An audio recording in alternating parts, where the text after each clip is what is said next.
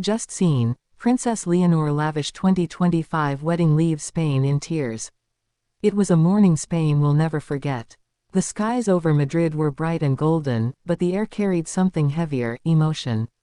A country that had watched their future queen grow from a shy little girl into a confident young woman was now watching her take her final step before destiny, not as the Princess of Asturias but as a bride. Step 1, the familiar scene, royal carriages, crowds cheering, and flags waving. Step 2, the shock, but this time, the tears weren't for sorrow, they were for pride. Step 3, the twist, because what unfolded at Princess Leonor's lavish 2025 wedding wasn't just a royal event. It was the emotional peak of a generation's journey, and Spain itself stood still to witness it. From sunrise, the city came alive. Streets were packed from Plaza de Oriente to the Royal Palace, with thousands holding flowers and waving both Spanish and Danish flags. Why Danish? Because this wasn't just any wedding. It was the union of Spain's crown jewel, Princess Leonor, and Denmark's beloved Prince Christian.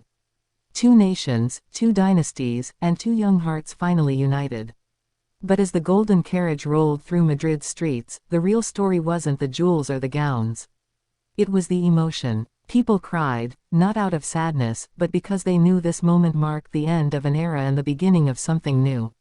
Leonor, the girl who once clutched her father's hand nervously during national ceremonies, was now radiant, calm, and full of grace. Her wedding gown shimmered with delicate embroidery inspired by both Spanish and Danish designs, a symbolic blend of two heritages. Designed by Spain's own Carolina Herrera, it featured a long, flowing train and subtle royal lace that paid tribute to Queen Letitia's wedding look 2 decades earlier. As the carriage approached the cathedral, the crowds erupted in cheers. But even through the applause, you could hear the trembling in people's voices. Because this wasn't just another royal occasion, it was deeply personal. Leonor had grown up before their eyes, and now, she was stepping into her destiny. Inside the grand cathedral, every detail was breathtaking.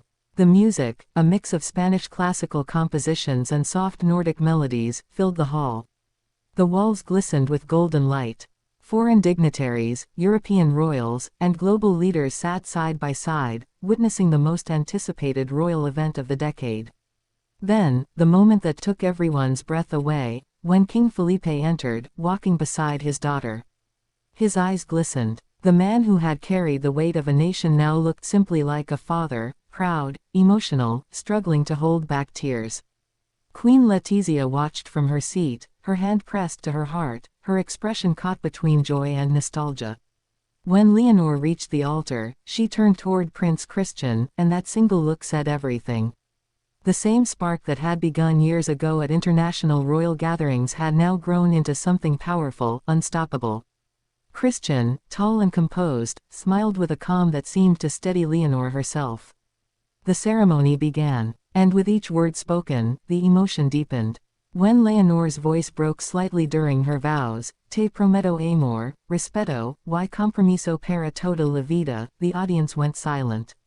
And when Christian softly replied in Danish, "Jeg lover at stå ved din side, I kærlighed og I styrke," meaning, "I promise to stand by your side, in love and in strength," even the stoic guests wiped away tears. King Felipe and Queen Letizia exchanged a quiet glance, the kind only parents can share. Pride, relief, and a bittersweet recognition that their little girl had just become a woman before the world's eyes. But as the vows ended, an unexpected moment unfolded, one that will be remembered for decades. Leonor turned toward the guests, and before the archbishop could conclude the ceremony, she said softly, "Hoy no solo nos unimos como personas, sino como pueblos." Today, we are joined not only as people, but as nations. The cathedral erupted in applause.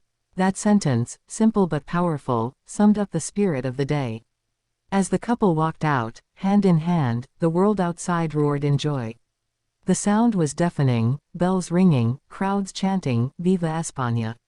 Viva Leonor!" and "Long live love." The royal balcony moment that followed became instantly iconic. Leonor and Christian stepped out before a sea of people stretching beyond the horizon. Spain, Denmark, and much of Europe watched live. Leonore waved, smiling through tears, while Christian placed his arm gently around her waist, a gesture small but deeply human. For the first time, Leonore looked not like the future Queen of Spain, but like a woman entirely at peace. But what made Spain cry wasn't just the beauty of the moment. It was what it represented, the blending of duty and love, tradition and change. Leonore had carried the hopes of a modern Spain, a young, educated, confident woman raised in a monarchy adapting to a new era. And now, she had given that era its most beautiful symbol, unity through love. As night fell, the reception at the royal palace dazzled with elegance and warmth. Guests dined under chandeliers and golden ceilings, with